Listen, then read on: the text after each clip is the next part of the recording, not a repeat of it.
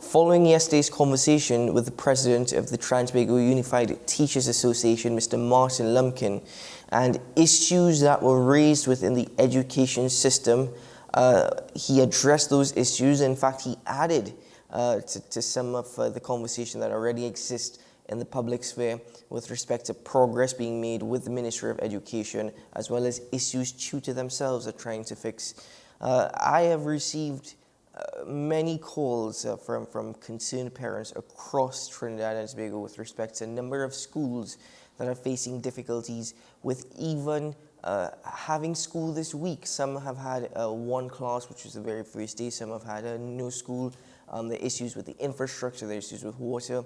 And fortunately, one parent has decided that they're willing to speak to us on AM Prime this morning to highlight the plights faced by parents, students and teachers of the Carapichaima East Secondary School. We have that parent on the line with us this morning. Good morning. Hello, good morning. Hi, good morning. Hi, good morning. Thank you very much for joining me on the program this morning. If you can just specify the issues that the students, the teachers, the parents, they've been facing from the Carapichaima East Secondary School. One of the main issues that we are having at Carapichaima East Secondary School is water and plumbing issues. Mm-hmm. And this has been going on since the first term, which was the last year, September. The children were home mostly like 2 to 3 times for the week.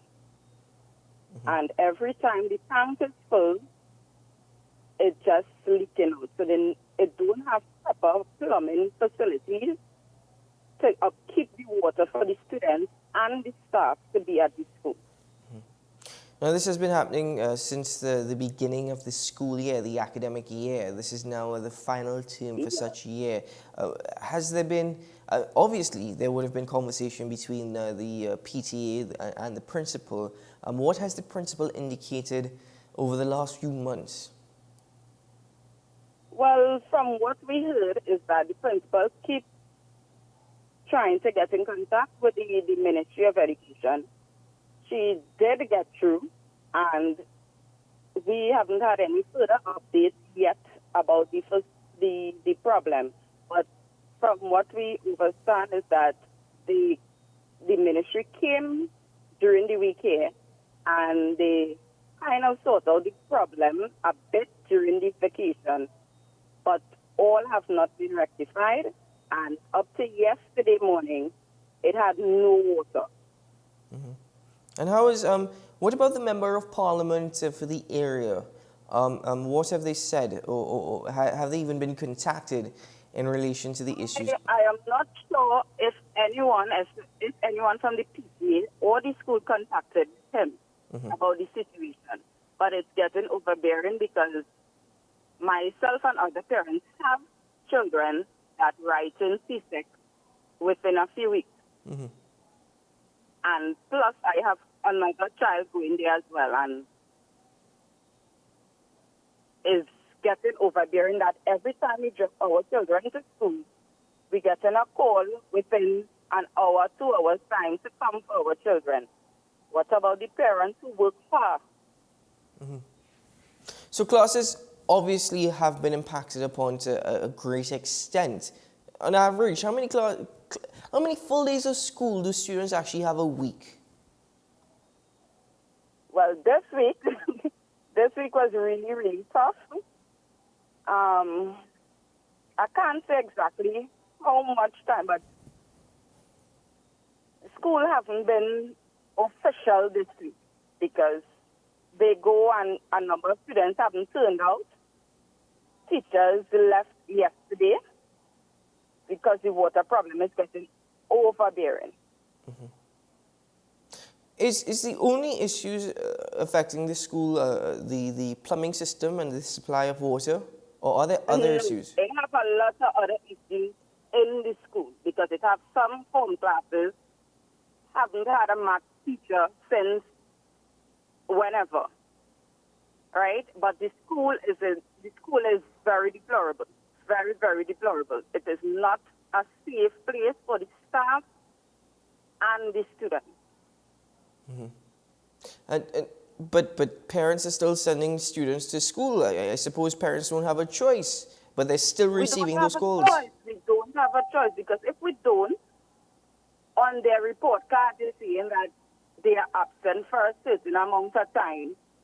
But how could we feel comfortable as parents sending our children to school in that kind of condition? And the teachers, though, the teachers, when there is actual school, are the teachers there to attend classes? I know you just mentioned that even some forms haven't had a maths teacher, which is a very basic subject. Some teachers will be there. It has some teaching will take place. But other than that, put yourself in a teacher position. You go to a class and the class in a mess. No proper window, no proper facility to teach. You will not feel comfortable to teach students in that kind of condition. And all we are asking for is for the government, not really the government, but the ministry, to try and help our children's future. Well, because it has parents not able to afford extra lessons. No, I understand that, but with respect to exams coming up, I know you mentioned that you have one child who is writing CSEC very soon. You have another child within the school setting.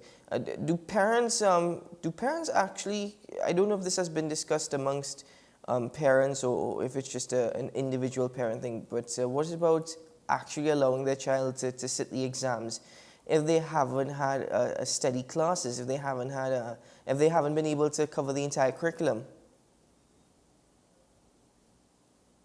Well, that is really confusing, and it is a very good question as well. But I am one of the fortunate parents that is able to get extra lessons for my son. But I cannot say for the other parents. Well, I mean, any planned action in terms of, I know that you all have said the principal has been continuously trying with the ministry. You're not entirely sure if anyone has reached out to the MP. What is being discussed among the parents with regards to the next step to try and get these issues resolved? Because, I mean, I'm appreciative of you coming on the conversation, and I will try my best on my end to try and reach out to the Member of Parliament and even the Minister of Education. But any further plans by the parents as to try and resolve such issues? Our next step should be going in front of the school. We're not going to cause any drama or bacchanal, but we just want to be heard. We just want to be heard, and we just need the help for our children's future. Because the school is very, very horrible to accommodate children at a learning advantage right now. So even the infrastructure is hazardous, you would describe it as? Yeah, and that's the thing. We weren't able to get any pictures or anything like that. But being in the school, knowing the school, it is not what it used to be. Well, if it is possible, only if it is possible, you can forward some photos to us, and we will again put it on air to further bring awareness to this issue. But I want to thank you very much for joining me on the program this morning, and thank you for your voices are heard on this end, and hopefully we can open up more platforms and avenues for this to be resolved very soon. The parents of the students of Carapichaima East Secondary will really, really, really be thankful for that help, because it is getting overbearing and it is frustrating and stressful for the parents, the principal, and her staff. I can imagine. Yeah. Thank you very much. Have a great day. I'm so sorry to hear about all these issues.